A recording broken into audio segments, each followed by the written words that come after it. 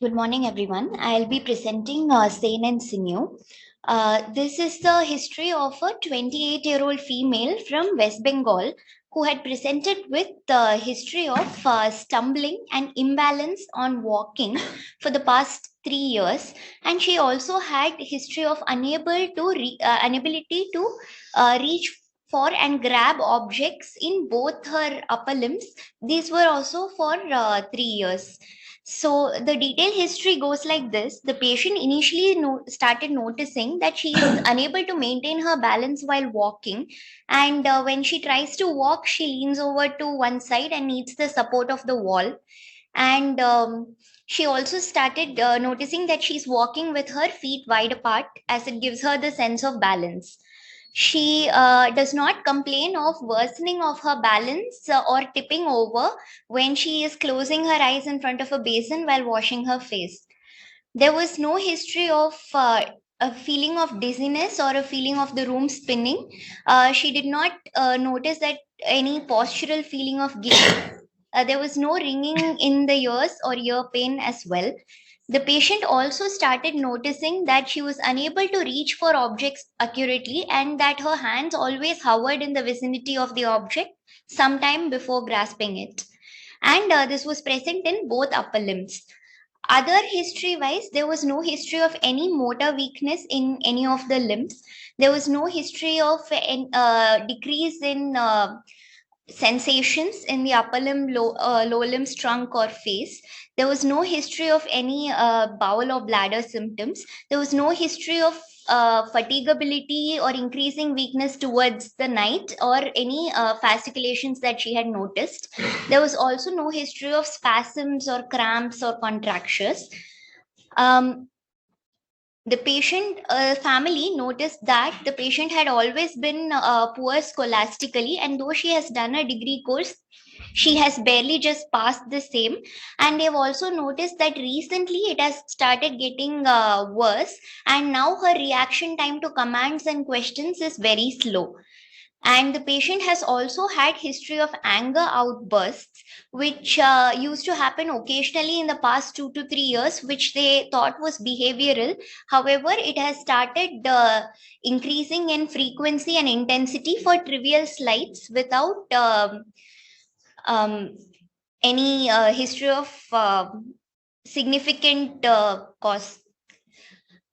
Other history wise, there is no history of fever, loss of weight, loss of appetite, no history of joint pains, oral ulcers, skin rash, or alopecia.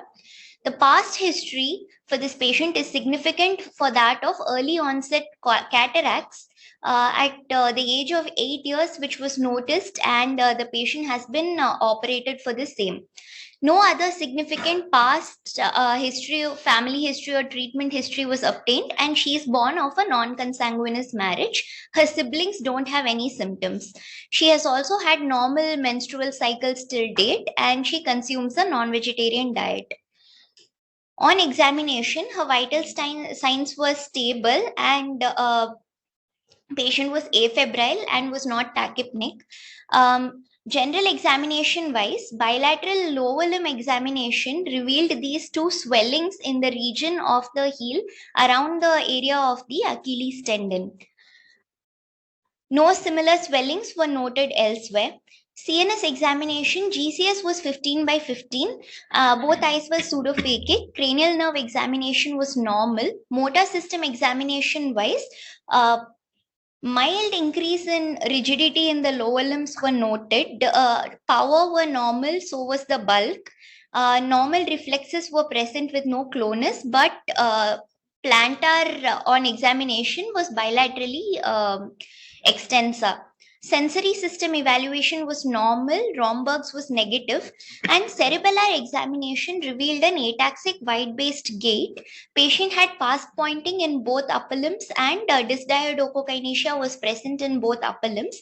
No nystagmus or scanning speech was noted. Other system examination was completely normal.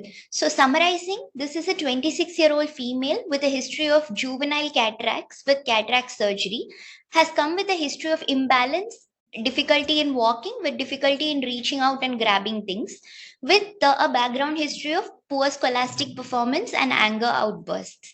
On examination, bilateral Achilles tendons showed swellings. There were ataxic gait, dysdiadochokinesia, and pass pointing bilaterally. Sensory system involvement was not present, and Romberg was negative. So here, we can say that the patient has ataxia. Now, localization of the anatomical localization for the ataxia was undertaken. Because there was gait ataxia and imbalance, we knew that the midline cerebellar structures appeared involved. There was dysmetria and dysdiadochokinesia and limb ataxia in both upper limbs, which revealed that both the hemispherical cerebellar structures were also involved. The non-cerebellar causes of ataxia like sensory ataxia, frontal ataxia, vestibular ataxia, etc., we had ruled out through our history and examination. So after anatomically localizing it to the cerebellum, and bilateral symmetrical involvement of the cerebellum, we looked at the pattern of involvement, by which I mean we looked at both the temporal profile and the distribution. Temporal profile wise, we noticed that it is a chronic condition with slow progression because it happened over the past 3 years. So our differentials included neurodegenerative ataxias along with toxins like alcohol and vitamin B12 deficiency, chronic syphilis, hypothyroidism, and congenital structural ataxias like cerebellar aplasia, hypoplasia, etc. But distribution wise, it was symmetrical and bilateral, which meant that structural ataxias, which are usually unilateral, are being ruled out in this case. So we other causes are still being kept in the differential list. And we try to add on the additional findings to this, the juvenile cataracts and Achilles tendon swellings. For the Achilles tendon swellings, MRI musculoskeletal was done elsewhere, which revealed a striated appearance in the sagittal sections and speckled appearance in the apical sections. This MRI finding of the MSK reveals that the patient had bilateral Achilles tendon xanthomas. So clinically, considering that this was a cerebellar ataxia with a symmetrical bilateral involvement, which was chronic and slow progressing, with these additional clinical findings, we thought that a hereditary cerebellar ataxia associated with a hypercholesterolemia was likely to be the case. So we made a clinical diagnosis of cerebrotendinous xanthomatosis for this patient. Now, was confirming of the diagnosis, which meant that we had to rule out our other differentials. Our syphilis, TSH, vitamin B12 were all normal. Patient had no history of alcohol consumption, and paraneoplastic causes were reasonably ruled out. And the MRI brain done is revealing in this T2 weighted image. I have pointed out some hyperintensities. So this is the hyperintensities in the dentate nuclei, which along with the clinical picture of which confirms the diagnosis of cerebrotendinous xanthomatosis. This was supposed to be a previous slide. Prior to doing the MRI, we have to also see how likely this diagnosis is, for which we use something called a Mignari suspicion index. It has strong criteria, very strong criteria and moderate criteria, of which our patient had neurological involvement and tendon xanthomas, which are very strong criteria. She had juvenile cataracts, which falls under strong criteria, and cerebellar ataxia, which also falls under strong criteria. So what I meant to say was the suspicion of the illness was very high in this patient before we went on to confirm it with investigations. So then we sent her to medical genetics, who also concurred with our clinical syndromic diagnosis, and they've offered targeted gene testing for the patient. The reports will be available for her 3 months down the line. So my learning points here are an approach to cerebellar ataxia, and I'd also like to give a note on cerebrotendinous xanthomatosis. Now, the first approach to cerebellar ataxia is, after you make after you identify that it's an ataxia, you rule out all other anatomical localizations like the cerebral cortex, the brain stem, wherein you can find concomitant cranial nerve dysfunction or other motor or sensory deficits, sensory ataxias, which can be both peripheral nervous system related as well as posterior column in the spinal cord related. Then we rule out vestibular system involvement, and then we can call it conclusively that it is only a cerebellar ataxia. After we do that, we describe the pattern, which is one unilateral versus bilateral, and then we classify further based on temporal profile. Each of these things will have differentials that we will consider and rule out. In our case, we looked at symmetrical and progressive signs with a chronic time period. The last thing would be to make use of all the other clinical and lab findings available to you to add on to the diagnostic process. Now, each of these images represents some pathognomonic sign of a particular cause. The first is a acrodynia, which is seen in mercury toxicity. The second fundus image shows pigmentary degeneration of retina, which is seen in all mitochondrial cerebellar ataxias. The third image is telangiectasia, seen in ataxia telangiectasia. And the last image is a targetoid lesion seen in neuroborreliosis, which is also a cause of acute cerebellar ataxias.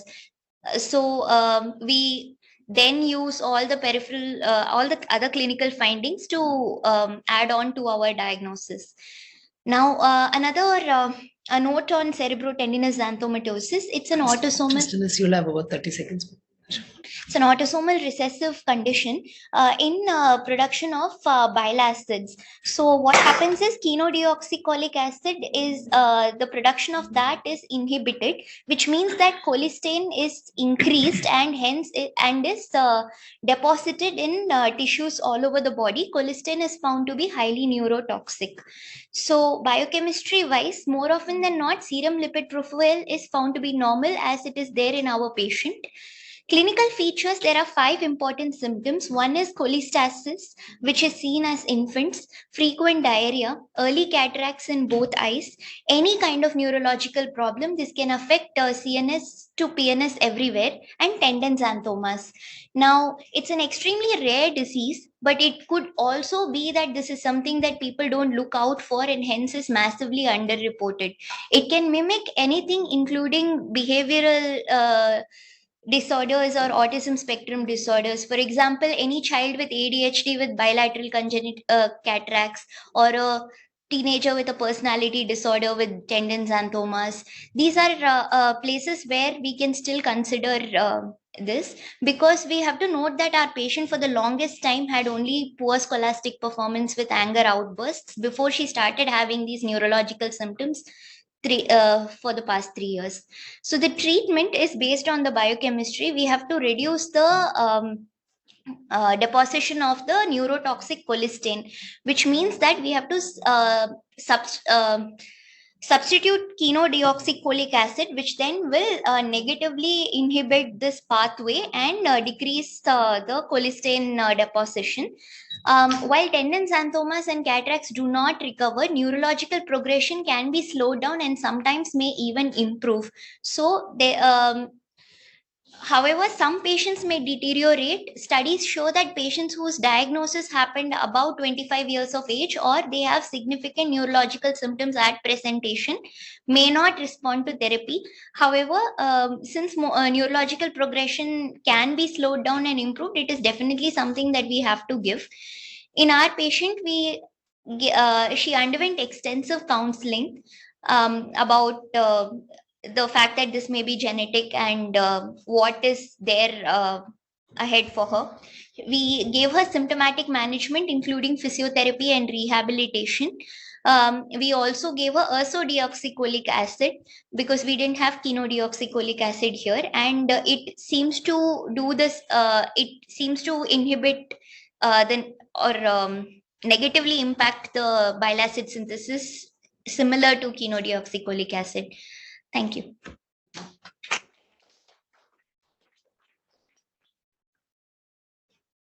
I think just that if you remember in your examination, the planters were upgoing. So how did you fit that into your?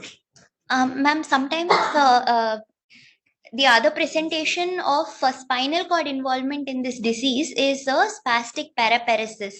However, MRI spine that we had done was normal, but there are case reports that say that early depositions in the spine may not be seen in the imaging. So she may have had both a cerebellar along with a spine disease.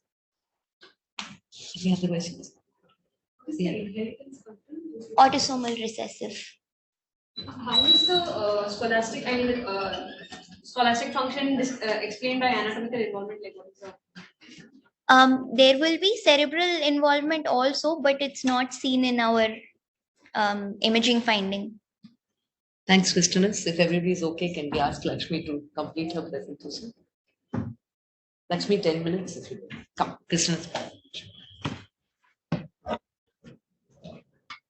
Thanks, Christianez. Lakshmi presenting from. Sorry. My thing is from Medicine 1, and she's presenting stone deaf.